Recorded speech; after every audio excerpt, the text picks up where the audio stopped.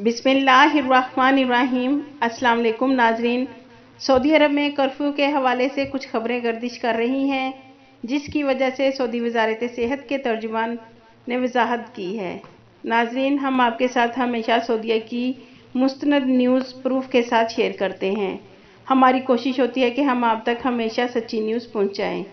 तो नाजरीन, सऊदी अरब में वजारत सेहत के तर्जुमान डॉक्टर मोहम्मद अब्दुल आला ने कहा है कि रमज़ान के आखिरी अशरे और ईद पर कर्फ्यू लगाने का कोई प्रोग्राम नहीं है। आजल वेबसाइट के मुताबिक वजारत सेहत के तर्जुमान ने बताया कि रमज़ान के आखिरी अशरे या ईद पर कर्फ्यू लगाने की कोई दरख्वास्त नहीं की गई। इस हवाले से गर्दिश करने वाले दावे सरासर गलत हैं। वजारत सेहत के तर्जुमान ने अपील की कि सरकारी अदारों से ताल्लुक़ रखने वाले अमूर की बाबत सरकारी ज़राए पर ही इन्हसार किया जाए, इधर उधर की बातों पर इन्हसार ना किया जाए। नाज़रीन, सऊदी अरब में रमज़ान के आखिरी अशरे और ईद पर कर्फ्यू नहीं लगेगा। नाज़रीन, आप हमेशा मुस्तनद ज़राए से न्यूज़ हासिल करें। आपके कीमती वक्त का शुक्रिया। في فترة العيد هذه أمور مهمة جدا، كل ما تقيدنا فيها إن شاء الله بإذن الله نكون في غنى عن كل هذه الإجراءات.